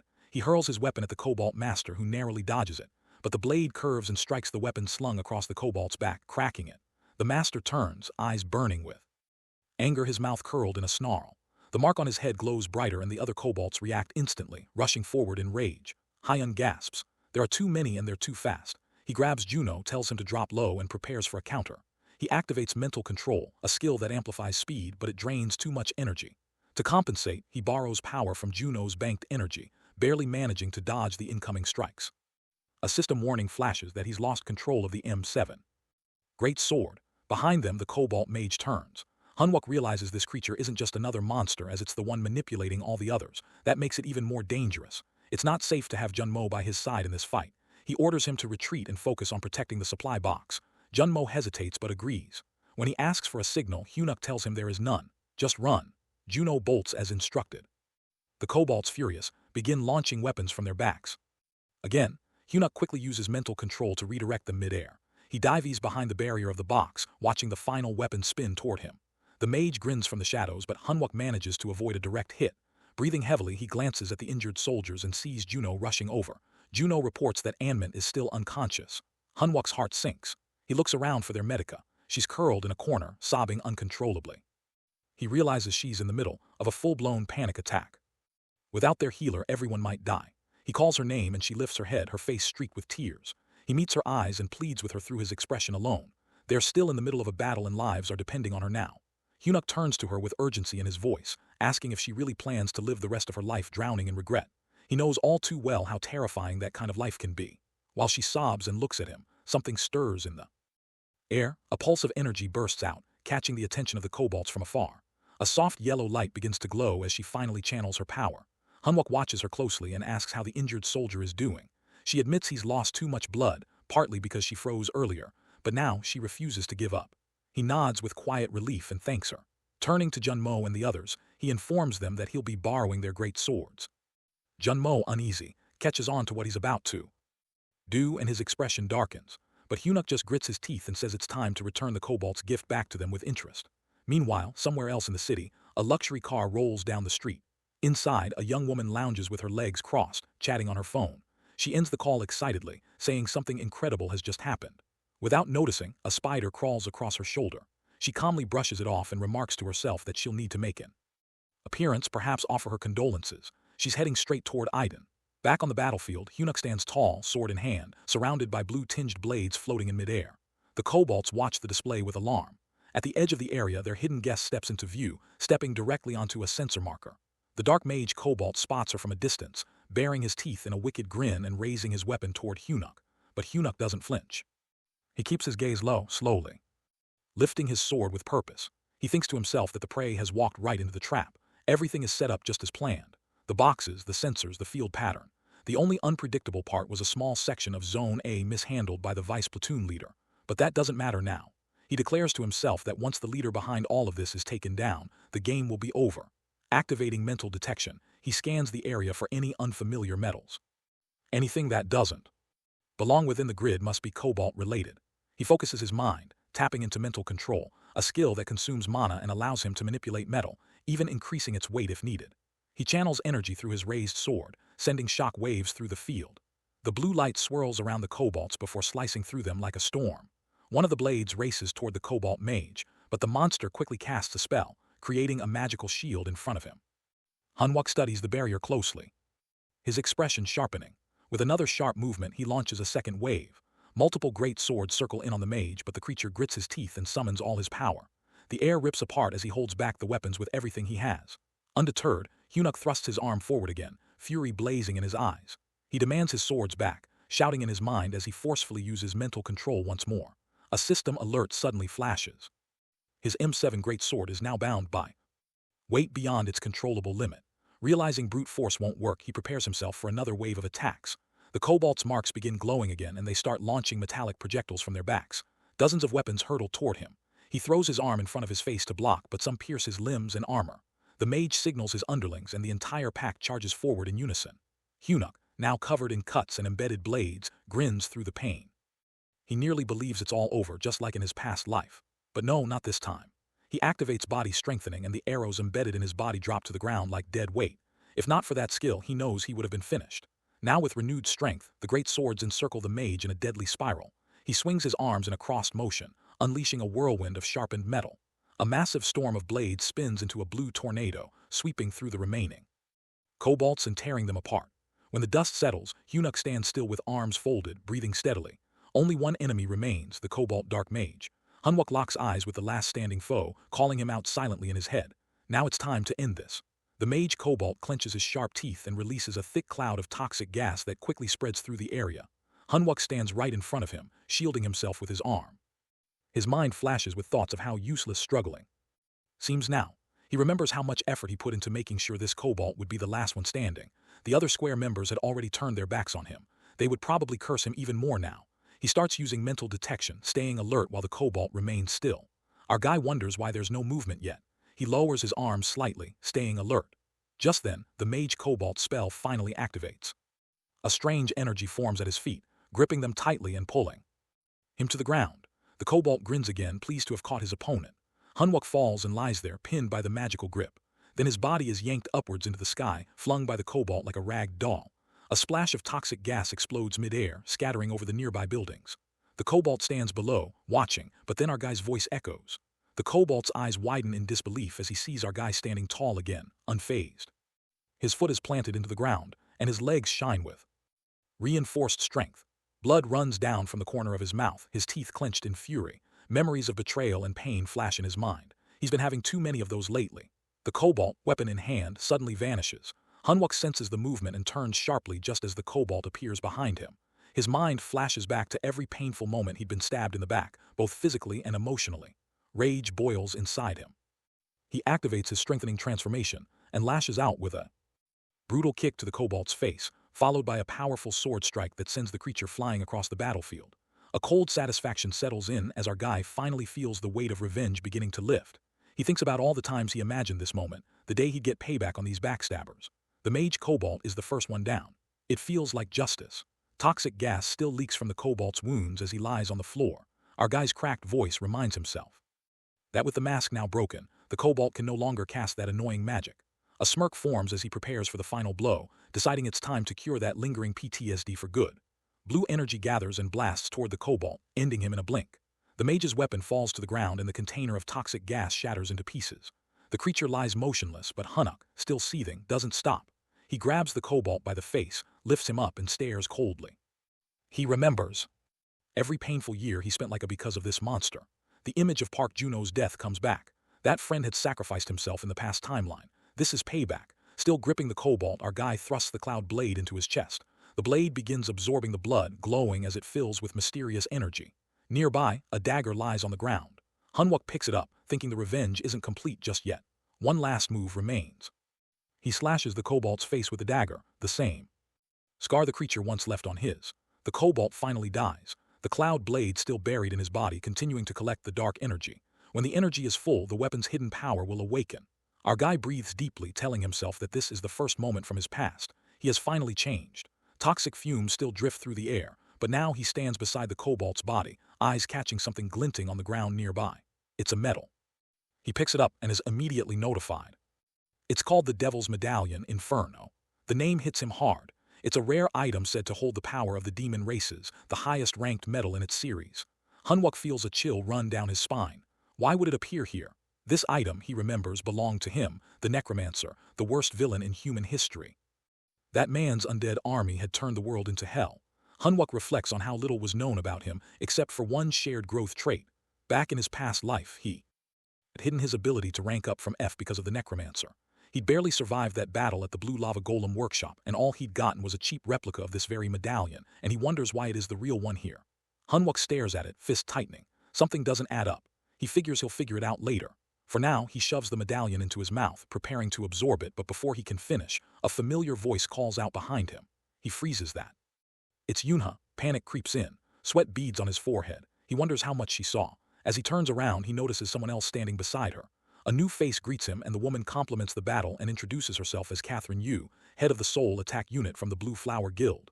Uno watches him closely, asking what he's hiding. He pretends not to understand, replying calmly while secretly trying to figure out how much she actually saw. Before he can settle into his thoughts, the Catherine claps her hands and compliments the battle, saying she only caught a glimpse from afar, but it looked impressive. Her tone shifts as she turns to Yunha and mentions how she's all grown up now, referring to her as the third daughter of the Paladin chapter. Yuna responds with authority, introducing herself as the captain of the 1st Battalion Attack Squad from the 3rd AMT Brigade. She reminds the woman that this area is a military zone and civilians have no business being here. Catherine, unfazed, walks over to Hunwook and introduces herself. She's Catherine Yu, the head of Soul's Attack Unit from the Blue Flower Guild. Handing over her card, she casually reveals her identity. Yu Hana, the 2nd daughter of the Blue Flower Guild's leader and an A-rank player. Hunwook glances at the card, pretending to be surprised, but inside he already knows who she is. In fact, of all the names from his past life, hers is burned into his memory the deepest. She wasn't just some guild leader's daughter. Instead, she had once played a huge part in the destruction of mankind. There's no way he could forget her, even if he wanted to. His memories swirl back to the day Yuna stood in front of him, radiating strength and telling him to stay alive at all costs. That version of Yuna had protected him until her last breath, and it had been Yue who killed her. Back in the present, Yuana hints that a great opportunity is within his grasp. He clenches his wrist, caught between old wounds and current confusion. Yuna keeps her distance but remains firm, reminding Yuana again that this is a restricted zone. Yuana turns sharply, annoyed by the military formality, saying soldiers should know how to properly address someone of her status. She insists she should be recognized as the department head of the Soul Attack Unit, not just some civilian. The tension between them thickens. Hunwook stands uncomfortably between the two women, unsure where to look. Just then, a car rolls up with headlights flashing. A moment later, the battalion commander steps out. Yuna salutes him immediately and reports, but he gestures for silence while gripping his weapon. His eyes scan the toxic gas still lingering, and the cobalt corpses scattered on the ground. Hunwook begins to sweat, realizing things might get messy fast. He knows there's no way to explain this cleanly. The commander's serious expression makes it clear he expects answers. Then, surprisingly, the commander greets Yue. He acknowledges the Blue Flower Guild support, but firmly states that unauthorized entry into military zones isn't allowed, even for high-ranking civilians. He politely asks her to leave. Yue, visibly annoyed, mutters under her breath about how rigid soldiers are. She dramatically plants a lipstick-stamped business card on a nearby surface, winks at Hunwook, and tells him to give her a call. With that, she turns away. The commander shifts his attention to Hunwook and suddenly promotes him on the spot. He announces that Hunwook will now serve as the squad commander for the Cobalt operation, tasking him with rescuing any remaining survivors and organizing the team. Hunwook stands there stunned, wondering what the commander could possibly be thinking. The commander also says he expects a debriefing later that day to be given in person. Hunwook nods, still trying to wrap his head around how fast the situation flipped. He catches Yuna's eyes from a distance. She looks at him and he looks back quietly, thinking that somehow he managed to escape this crisis, at least for now. A week goes by. And it's now the 1st Battalion of the 3rd AMT Brigade. Hunwook receives a notification that the absorption of the Devil's Medallion, Inferno, is finally complete. His controllable metal weight has increased by nearly 500 G. A strange sensation builds in his abdomen, something like a hidden chamber forming inside him. He's warned that intense pain is likely. He braces for it, remembering how painful it had been the last time. This body still isn't strong enough. He stumbles into a bathroom, clutching his stomach, barely breathing through the pain. A moment later, someone appears outside the door. He opens it slowly and sees Junmo standing there. Junmo teases him, assuming he's hiding something inside. Hunwook tries to deny it while holding his stomach, but Junmo keeps joking. Hunwook insists it's not what it looks like. The Cobalt Gate that had been underestimated had come at a high cost. There were many casualties. Thankfully, Sergeant Chanha and Private Annam made it out of critical condition and were sent to the military hospital. After that incident, Hyun-wook gave up the idea of doing everything alone. He began training the support squad so they could at least defend themselves in emergencies. But this decision came with 2 problems. First, Siana began bothering him constantly after that day. Second, the material commander started pressuring him to stop working as a non-commissioned officer and become a commissioned officer instead. The commander even claimed that the Ian operation proved Hunwook was the ideal candidate for his vision, a military where rank didn't matter. Hunwook didn't know why he was being dragged into someone else's dream, but he promised to think about it during his vacation. 3 weeks pass and the vacation finally starts. On the first day at Seoul Station, he receives another message. He's unlocked a new skill, Breath Room. The skill has 2 effects. One increases the speed of metal absorption. The other allows him to store metal inside his body and release it as a fire breath attack, but achieving this came with side effects, mainly people continuing to assume he's doing strange things in the restroom. He looks at himself in the mirror, feeling the pressure. He knows he's not yet strong enough for the next gate, and the world outside is already asking tough questions. News spreads and people are demanding to know if Seoul Station will be abandoned. The military and authorities haven't given a clear response. Hunwook feels the weight of it all. If he doesn't improve, he really might die next time. He tells himself that this vacation must be used to prepare fully. Now is the time to truly change the future. Later, Siana, standing nearby with a cigarette, complains about how long it's been since her last vacation. She struggles with her lighter, cursing under her breath. Just then, she spots Hunwook and walks up to him, asking if he has a lighter. He stares at her in disbelief and calls her name. Siana feels a bit embarrassed as she realizes she might have let her real personality slip out. The train arrives and the atmosphere becomes awkward, and for a while silence lingers between her and our guy sitting beside her on the train. She tries to break the tension by bringing up his vacation, guessing it must be his first one in a while and that his parents must be happy, but he tells her that his parents passed away when he was a kid. She looks at him with concern, but he simply shares how although childhood was tough and lonely, adulthood brought him close to people who feel like family. He explains that his friends and coworkers are the ones who constantly push and support him. Calling them comrades feels just right. Their train eventually reaches at Yeongdongpo. With just 4 days and 3 nights of vacation, he begins thinking seriously about the future. The first step in his preparation is clear that he needs money. A small smile forms on his face as he stands before a massive poster of the Blue Tree Guild that reads, "We support our players." He mentions that the owner of Blue Tree is already a multi-trillionaire, a man named Gordon Prey. With a serious face, he reflects on how Gordon bought powerful people and players, collected high-level gear, and gradually gained full control of the system. Thinking back, he realizes one core reason they lost to the villains was money. Even if matching Gordon's wealth is impossible, he tells himself that having just enough to survive this money game is a must. He already knows where and when the important future events will take place and which ones will bring in massive profits. As banners of the Blue Tree fill the buildings and streets, he decides that smart early investments could give him an edge. But for that, he needs someone trustworthy, someone who won't cheat him at any cost. Heading toward the Hope Guild, he climbs the stairs, thinking about who he can trust with this responsibility. Just then, a loud voice breaks his thoughts and it's someone's yelling angrily. He pauses and looks toward the noise. A man is grabbing another man by the collar, yelling at him and threatening to hit him. The man, being scolded, tries to defend himself, saying he's been trying to find jobs, but the other one cuts him off, furious about being offered guard duties at events, calling it humiliating. As both men notice Hunwook standing at the door, their expressions change. The one being yelled at greets him nervously, while the aggressive one, who is one, instantly changes his tone. He lets go of the shirt and walks over. The fake smile, recognizing him as the Tin Can pilot. The two shake hands, recalling their past. Woyle introduces himself as an awakened player now, and our guy responds politely, though deep down he knows there's no friendly connection between them. The mood shifts as Well mocks him, pretending their past didn't exist, but old memories hit hard. Back in school, Wanchel had once humiliated him in front of everyone and mocking his powers, slapping him across the face and calling him a loser. Those words that slap that shame, it all comes back. In the present, Wancho, now a strong player of the Hope Guild, grits his teeth, threatening to beat him just like in school. He wants to show dominance again. But this time Hunuk stands still, unbothered. As Well prepares to hit him, a sudden shift in energy fills the room. Blue energy sparks around our guy, and weapons zoom in from all directions. A pen, a dagger, all pulsing with energy, aiming dangerously close to Wall. Calmly, he tells Wancho that while he might not win today, he can definitely leave him half-crippled and injured so badly he'd feel like he'd been hit by a full army unit. Wanchel, shaken, clenches his teeth, his confidence cracked. Just then someone enters the room, reminding our guy that they need to leave soon for an event. With a snap, the weapons drop to the ground. He instantly switches his expression and apologizes to Wall, pretending it was all a joke. Then without warning, he hugs him tightly, leaning in close and whispering about how the White Tiger Guild kicked Wancho out after he wet himself and ran away during his first raid. That memory from the past flashes, the yelling, the fear, the shame. Well freezes, furious but unable to react.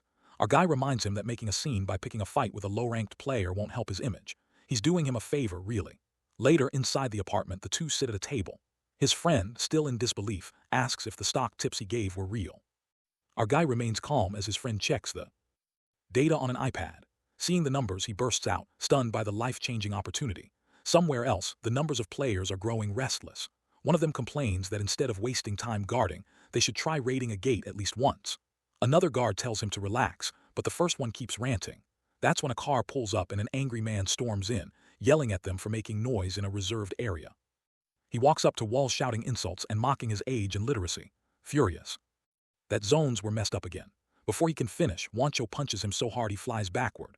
Blood splashes everywhere. Shocked guards freeze as the punches continue, each one heavier than the last. With his face covered in blood and eyes burning red, Wancho stands over the man, asking him to search for Hunwok, yelling with rage. His voice echoes as he screams out the name of Hunwok, and he swears that he'll kill him. Meanwhile, with our boy Park, Kalu mentions that if these stocks really soar like those figures show, it would be life-changing. However, he admits it's tough to accept so easily. It's a natural reaction that anyone would feel skeptical if someone suddenly claimed to help them make such huge profits. He wonders if maybe someone gave Hunwok this info just to keep an eye on him. In response, Hunwok calmly asks if, based on everything so far, Kalu thinks he's trustworthy. Without hesitation, Kealsu responds that he does. Still, Hunwok reflects silently to himself that apart from the source being his past life, everything he said is real. He reminds himself that Chilu needs to believe him. Eventually, he just nods and insists it's all true.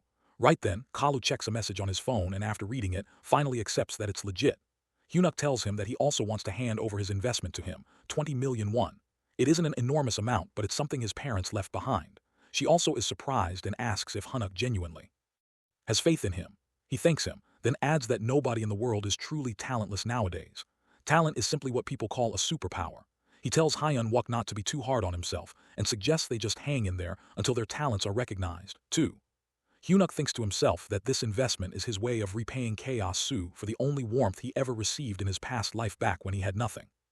He knows that in the future, humanity will come into contact with other worldly beings who can communicate. The technology gained from them will be a gamechanger in the Gate War. That's why he needs someone skilled in understanding these beings, someone who can share that knowledge with him. Later, Hunuk walks through Yongdongpo Blacksmith Alley. He asks the blacksmith about the price of a mana stone. The blacksmith casually asks how much he has in mind. Hunwok thinks about how this is his second preparation for the future. With 7 dwarven artisans, he plans to craft his very first master-grade item. He wants to secure these blacksmiths before any villains realize their true value. Soon, he arrives at artisan Kang Jongdu Unk's workshop and greets him. The artisan responds while still focused on crafting a javelin. Hunwok notices the weapon and realizes it's a javelin made of halcyon. Though it looks rough, it's the same spear that will later pierce the heart of Dragon Tarax. He now understands why this rundown shot became the birthplace of a master-grade weapon. Suddenly, a girl appears and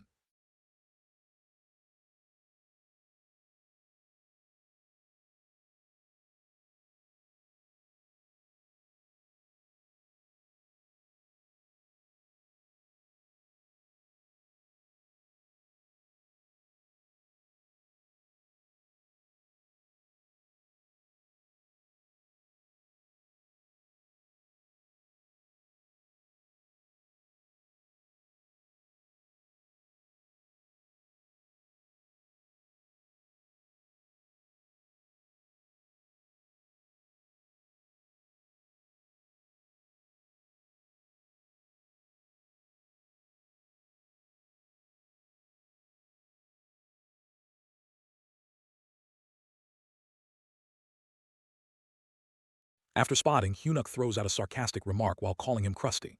Jongdu scolds her lightly while asking how she could speak to a customer like that.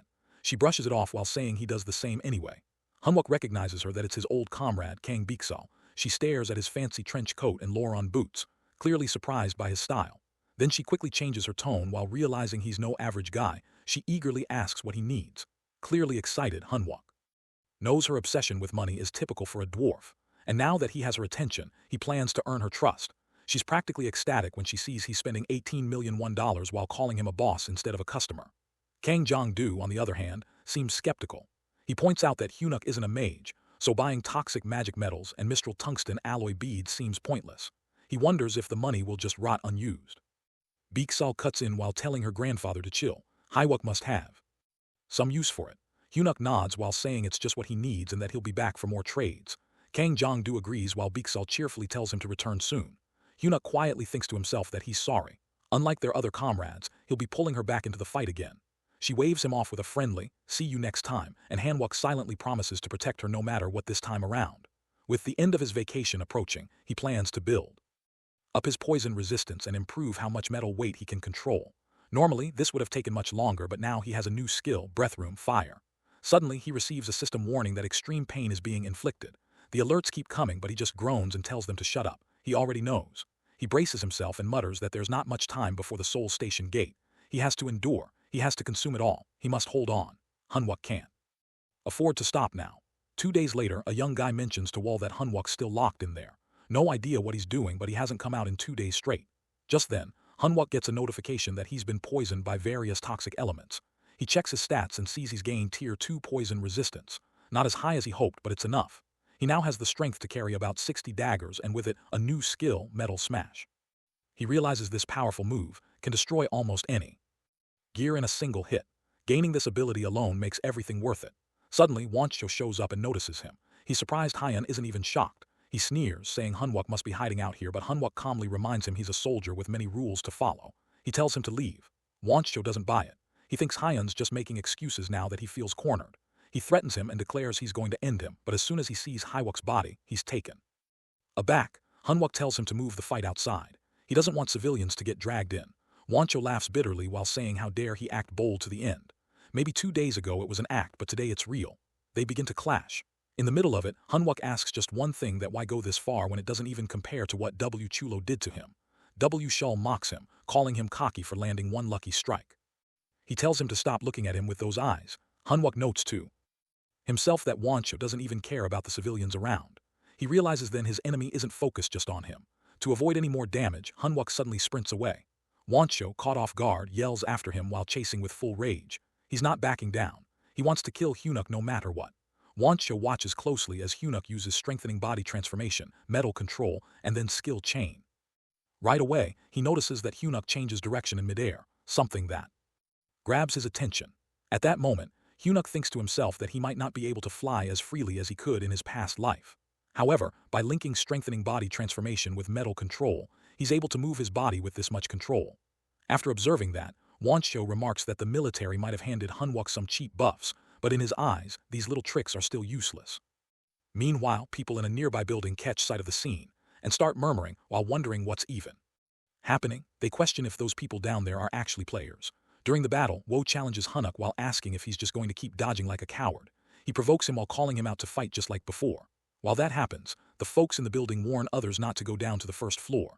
They think a group of players is making a mess down there, so they mention they've already reported it and decide to wait it out.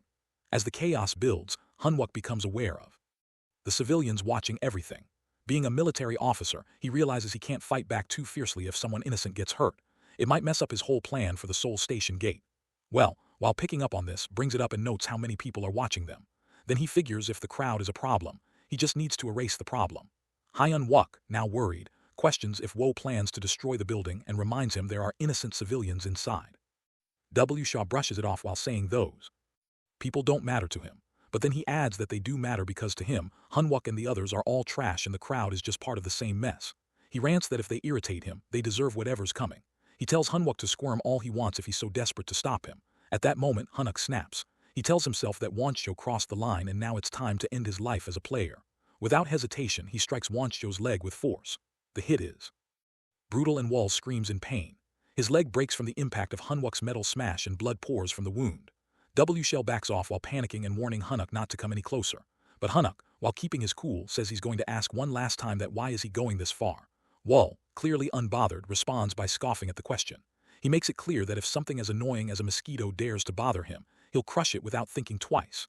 Hearing that, Hunwook understands something deeper. He believes that someone like Wancho, who was thrown out from a group of strong players, is only acting out of frustration. He mutters that players drunk on their own ego and superiority never deserve that title because those types always turn into villains in the end. W. Shaw, now enraged, snaps and questions what someone as worthless as Hunwook thinks he can actually do. He mocks him for acting like he's something special and calls him a nobody, but Hunwook doesn't flinch. He warns him calmly that he better never show his face again. If he does, next time it won't stop at just breaking a leg. Woe freezes in disbelief, clearly stunned by what just happened. Meanwhile, Hyun quietly mutters to himself that Wancho should feel lucky he's dealing with a military officer. He reminds himself that it's true. He can't let someone like Wancho ruin his opportunity to rescue comrades and bring down the villains. In his official report, he simply explains that he tried to stop Wancho, nothing more. Later on, at the Awakened Task Force, Hunwook meets with an officer who points out that his story lines up with what the witnesses claimed. The man notes that Wancho is known to be both dangerous and cruel, and honestly, Hunwook got off easy. He adds that it's rare for someone with such a low rank to walk away from a fight like that without even a scratch. Hunwook nods and mentions that it was only because his grief suddenly activated at the right time. The officer then informs him that he's free to go. Hunwook expresses his thanks and thinks to himself that he always saw the F rank as a burden. He never thought it would end up helping him stay out of trouble like this. But just then, a junior officer hurries over to the senior one while calling his attention to something. He reveals that there were no issues with the durability or mana control of Lee Wancho's greave. The senior officer raises an eyebrow and wonders out loud if that's the case. Is he really supposed to believe that an F-rank player just crushed a C-rank's armor and beat him without so much as a scratch? It just doesn't make sense. Right after that, Hunwook quickly slips out and takes off into the sky. As he soars through the air, news reaches him about the crisis unfolding at the gates of Seoul Station. Since the gate opened at 1524, the confirmed civilian casualties now stand at 745. Other than the first, second, and third waves, this one stands out as a massive monster disaster. This tragedy has now sparked growing criticism from experts and civil organizations. They're questioning the serious flaws and weaknesses in the current gate response system. Hearing all this, Hunwook realizes something crucial. Unlike the past two gates, he wasn't present when today's gate opened. That means he's working with limited insight and unpredictable events could unfold.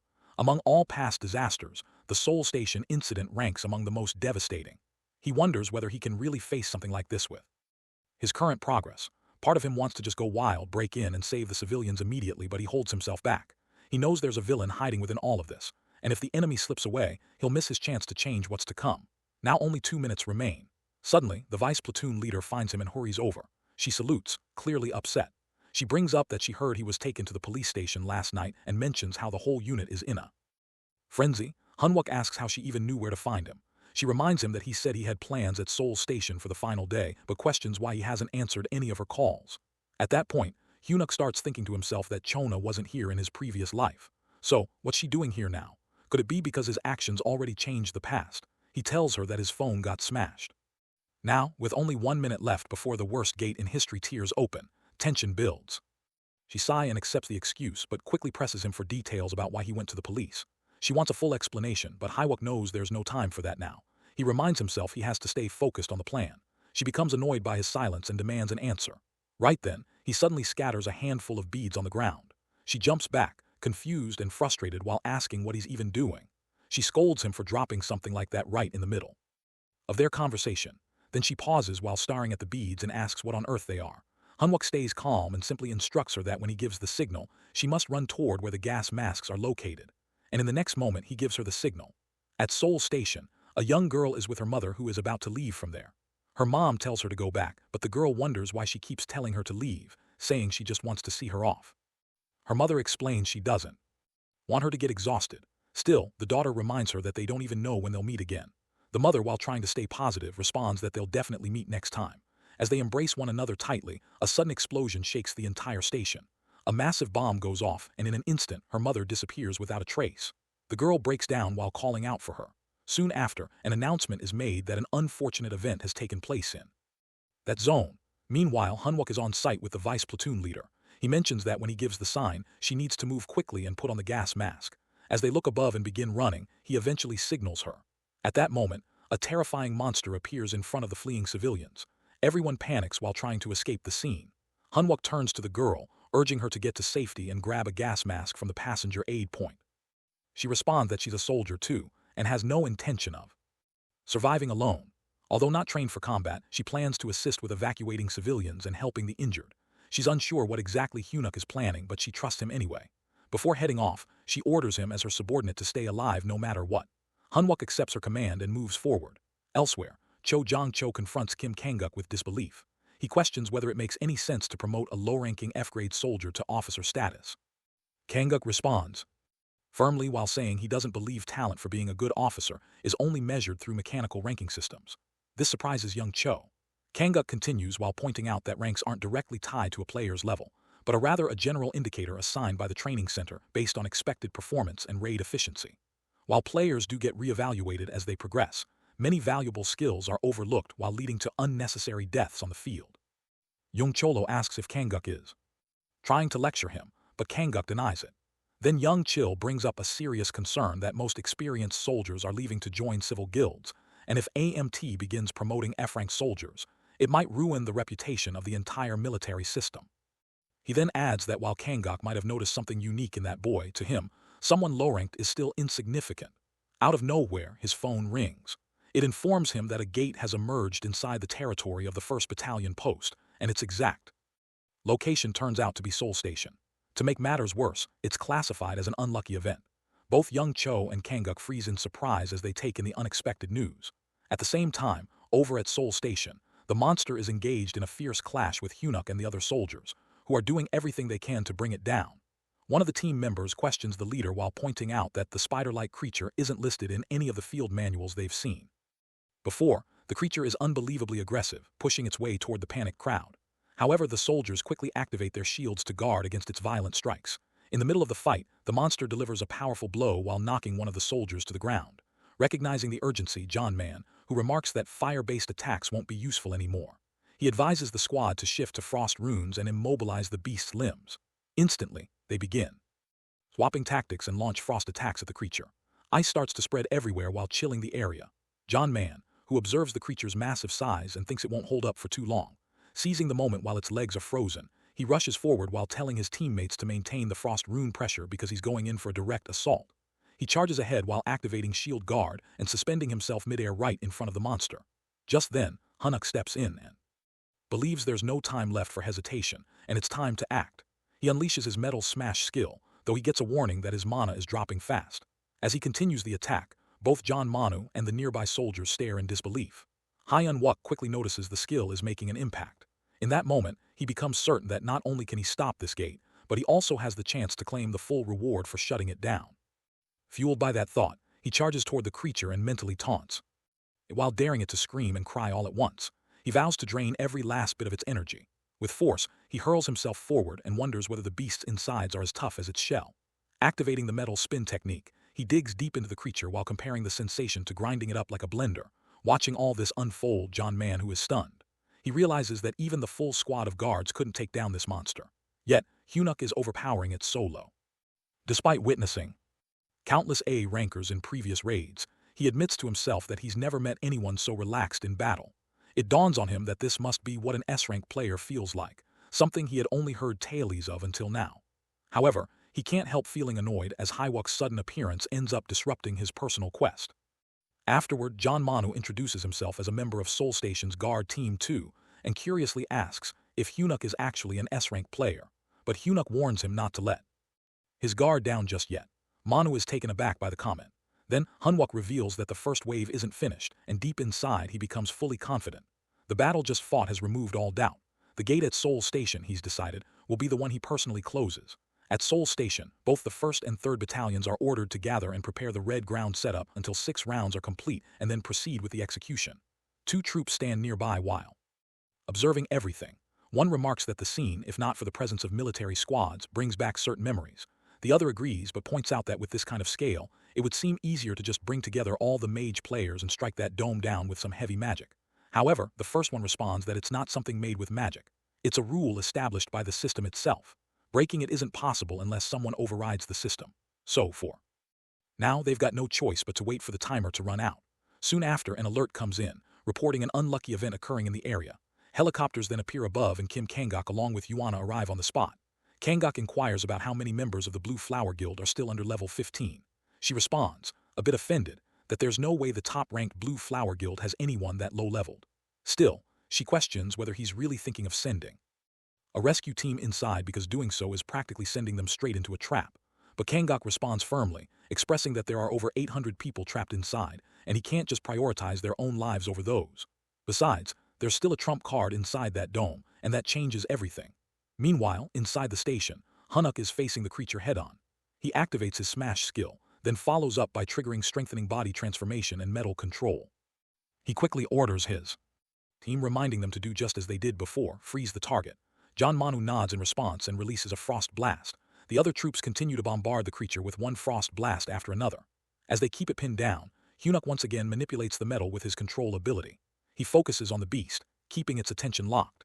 He doesn't let up while delivering a sharp metal spin attack that crashes into the opponent with force. But the monster isn't down yet. It rises while letting out a deafening growl. Hunwook stares it down and mentally tells the creature that if it's finally awake, it can follow its comrade to the same fate. Yet in the middle of the battle, he's notified that his mana is draining fast. Still, he doesn't stop. He charges forward again and delivers another smash hit to the beast. From a hidden spot, a man watches everything unfold. His thoughts are filled with disbelief. There's no way someone at Hunwook's level should be able to take down something like a train. He can't understand why a guy like him even ended up at Seoul Station. His plans are completely messed up now, and he never expected his very first mission to fall apart like this. Right after that, the man receives a notification letting him know he's officially failed to complete main quest No. 1. Frustration instantly kicks in and he feels visibly irritated. Meanwhile, Hunuk glances around and mentions to the guards that it seems like the first wave has ended. He asks them to gather nearby. One of the guards responds with gratitude, while admitting they couldn't have held off the first wave without his help. Then, while noticing his strength, the guard comments that he must be a high-ranking player and politely asks for his name. However, Hunwook stays quiet while offering no response. Noticing the silence, John Manhu checks in with him while wondering if something's wrong. At that moment, Hunwook begins to think to himself, something feels off. That person isn't here, but he clearly remembers hearing that the guy was assigned as a guard. Then suddenly, the vice platoon leader arrives and calls out to Hunwook. Seeing her, he realizes he had completely forgotten about her presence. He quickly turns to her and inquires whether all the civilians have been safely evacuated. As this happens, John Manu observes quietly while thinking to himself that S-rank players are usually not required to serve in the military simply because the government has no way to manage or control people with that kind of power. Siana then explains the situation calmly. Because the spiders were massive in size, they divided the civilians into smaller groups while moving each one into a room connected by tight passageways. Fortunately, no one ends up seriously hurt during the evacuation. But she's not done. She wants answers. She firmly asks for a full rundown of what happened during the first wave and demands every detail to be reported to her. Then she shifts her attention to Hunwook and directly asks about his military rank. At that point, Hunwook feels the pressure of time slipping away. He quickly thinks to himself that there's no use handling all of this properly is impossible with the limited time left. He brushes aside the question while expressing that rank isn't what matters right now. What's more important is his growing suspicion that this might actually be a double gate. That thought stuns both Siana and John Manhu. They're caught off guard by the possibility. Hunwook, meanwhile, keeps analyzing the situation. With over 800 civilians scattered throughout the area, he knows the enemy could easily hide among them. And if the second wave begins while they're still searching, that person will get another opening. So in that moment, he makes up his mind that they need to act faster than him. They can't afford to fall behind again. Then Kangok turns to Lieutenant Human and appoints him as the field commanding officer for the Seoul Station rescue mission.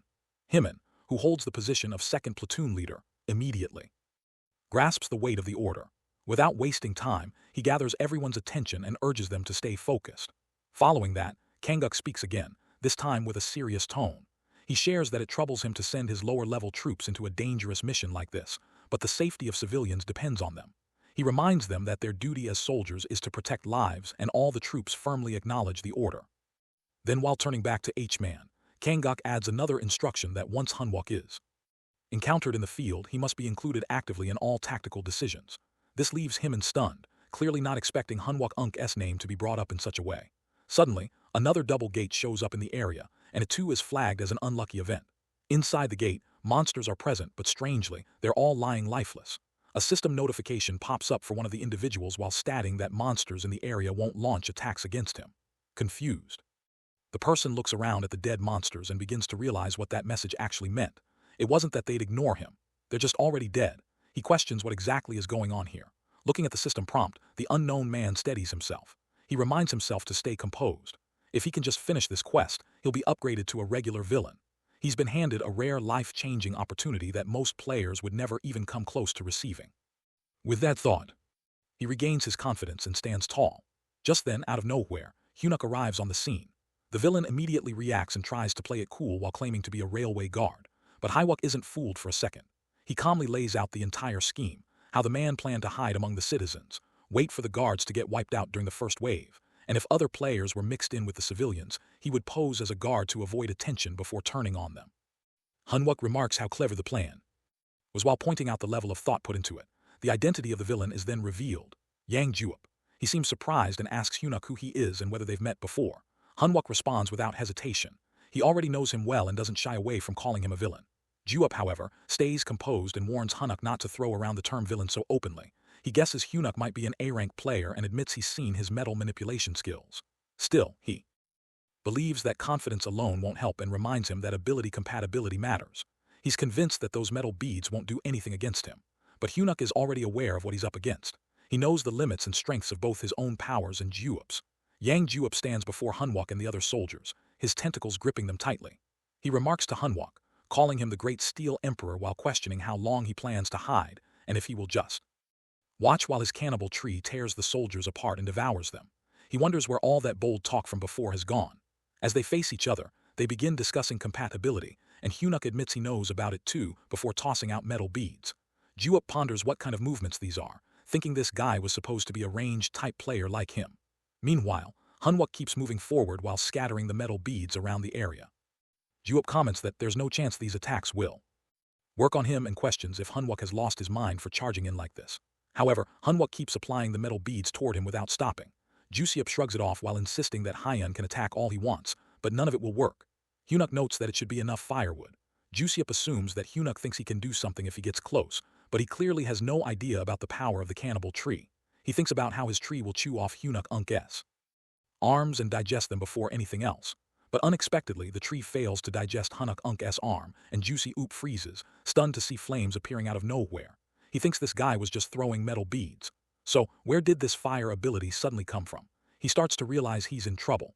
Now, Juicy offers Hunuk a deal while explaining that he is in the middle of a quest, and if Hyun lets him live, he will hand over the reward items for the unlucky event. He decides to give all his rewards to Hunuk while telling himself that even if Hunuk refuses, he can clear the quest easily because of his quest buff. But Hunuk finds him irritating while reminding him that he used the same trick in the previous life and calls him annoying. Juop is shocked to hear him mention the previous life. Finally, Hunwook tells him to die. Flames start to rise all around, and soon a notification appears letting him know that his level is allowed entry. Outside, the soldiers arrive, and Hymin mentions there's no telling what type of gate has opened inside while urging everyone to stay sharp as all hands prepare to enter. Right after, he gets a reminder to remain alert since the area is dangerous. As the soldiers head toward the zone, they receive notice that once they step in, they can't leave unless certain conditions are met. They enter the area and quickly freeze in shock when they see a giant spider towering in front of them. At that moment, Hymin gestures for Junmo to lower his voice. Meanwhile, John Manu is already there and calls out asking who has arrived. Hai responds that they are the rescue team, which takes Manu by surprise. Hymin looks around and notes that there don't seem to be any civilian victims. While wondering what happened there, Manu explains that it's all due to an AMT member and because of him, everyone was evacuated. Even now, they are sticking to his orders. Hai then checks if it was a female soldier asking about her current location, and if she is injured, but Manu clarifies that the female soldier is managing things at the shelter.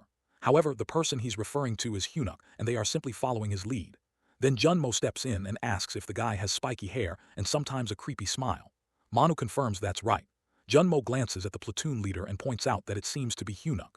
Quimin turns to Junmo while telling him to stay out of it and questioning how he managed to get involved in this situation. Junmo lowers